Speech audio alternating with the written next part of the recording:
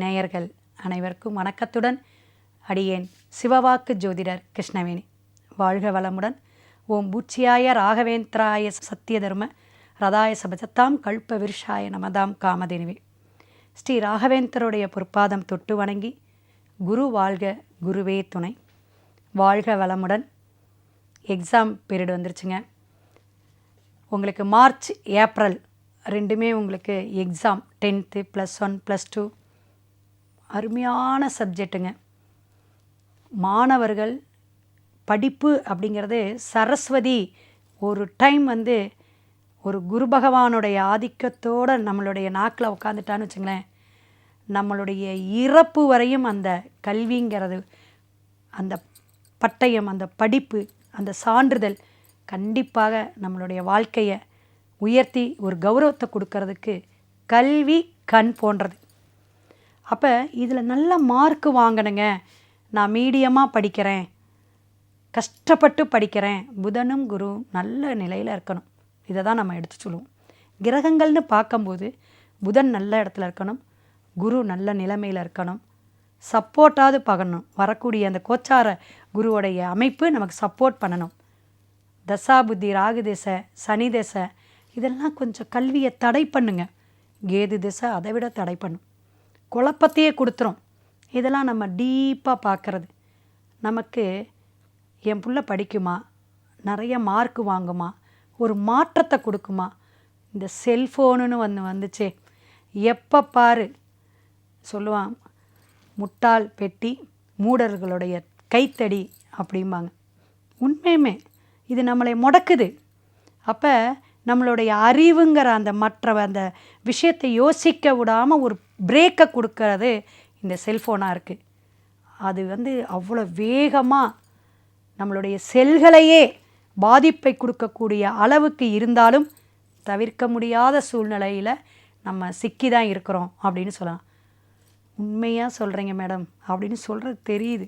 அதுவும் இந்த பெண்கள் குடும்ப தலைவி, என் பிள்ளைய படிக்க வைக்கக்கூடாது, நான் அதுங்க படிக்குதோ இல்லையா, எனக்கு 4 மணிலேருந்து தூக்கம் வர மாட்டேங்குதுங்க எக்ஸாம் டைம். அது நல்ல ஒரு பரிகாரமாச்சு சொல்லிடுங்க மேடம். அப்புறமே நான் ஜாதக கட்டத்தெல்லாம் கூட அப்புறம் பார்த்துக்கலாம். ஏன்னா காலம் ரொம்ப கம்மியாக இருக்குது, நான் 10 நாளில் எக்ஸாம் ஆரம்பிச்சிரும் அப்படிங்கிற புலம்பல் தெரியுதுங்க. உங்களுக்கான பரிகாரம், ஆவரேஜ் ஸ்டூடெண்ட், நல்ல ஹை ஸ்டூடெண்ட்டு யாராக இருந்தாலும் நன்றாக குழந்தைங்க படிக்கணும்னா, முழு முதல் கடவுள் ஞானக்காரகர், புத்தியை கொடுக்கக்கூடியவர், அதனால தான் கொட்டுக்கா போட்டுக்கிறோம். இந்த அரச மடிய சாதாரண மரத்தடியிலையோ சின்ன பிள்ளையார் தெருக்கு இருக்குங்க, அந்த பிள்ளையாருக்கு அருகம்பில் ஒரு ஜலம், ஒரு சொம்பு தண்ணி ஊற்றி குழந்தைங்களை கூட்டிகிட்டு போங்க. அது எந்த குருவோரையாக இருந்தாலும் சரி, வியாழக்கிழமை ரொம்ப பெஸ்ட்டு. கூட்டிகிட்டு போய் அவருக்கு ஒரு தண்ணியை ஊற்றிட்டு அருகம்புல்லை வச்சு 2 தீபம் வச்சு வழிபாடு எடுத்துகிட்டு 7 தடவை வலம் சாமி கும்பிட்டுவாங்க.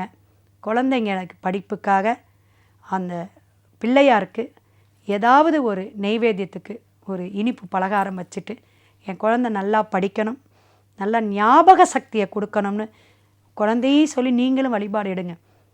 சரஸ்வதி மந்திரம் இருக்குது, குரு பிரம்மா இருக்குது, இதெல்லாம் சொல்லி கொடுங்க. ஞானானந்தமயம் அப்படிங்கிற ஹயக்ரீவருடைய மந்திரம் இருக்குது, இதெல்லாம் அடிக்கடி பாராயணம் பண்ணுங்க. சொல்லுங்கள், ஒரு தடவை சொல்லிவிட்டு படின்னு சொல்லுங்கள். அடுத்தது அருமையான விஷயம், கேது. அவர் ஒரு ஞானத்தை கொடுப்பார். நவக்கிரகத்தில் இருக்கக்கூடிய கேதுவுக்கு செவ்வாய்க்கிழமை கூட்டிகிட்டு போய் அவங்களுக்கு இந்த கதம்ப மாலைம்பாங்க, அந்த கதம்ப மாலை வாங்கி சாத்துங்க. குழந்தை கையாலே கொடுத்து ஒரு அர்ச்சனை பண்ணிக்கிங்க. குழந்தையோட நட்சத்திரம் கொடுத்து அர்ச்சனை பண்ணிவிட்டு 9 தடவை சுற்றி சாமி கும்பிட்டுவாங்க. சிவன் கோயிலாக இருந்தாலும் சரி, அம்பாள் கோயிலில் இருக்கக்கூடிய நவகிரக ஸ்தலத்தில் கேது பகவானுக்கு.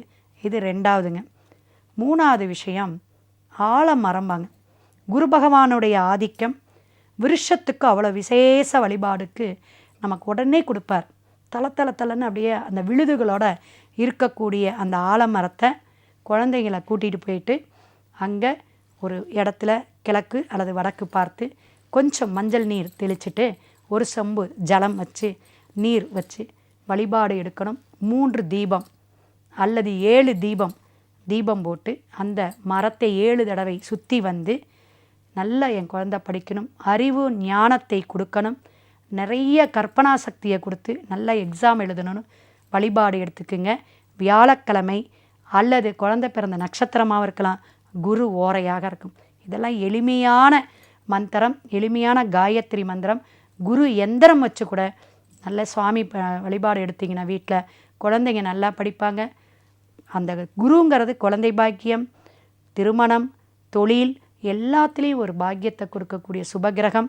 அந்த குரு எந்திரம் வீட்டில் அவசியம் எல்லோரும் வழிபாடு எடுங்க. இன்னும் நிறைய கோயில் இருக்குது, சரஸ்வதியோட குத்தனூர் சுவாமிகள்லாம் இருக்குது, நிறைய விஷயங்கள் இருக்குது. அதெல்லாம் நீங்கள் ஃபோன் பண்ணி கேட்டுக்கோங்க.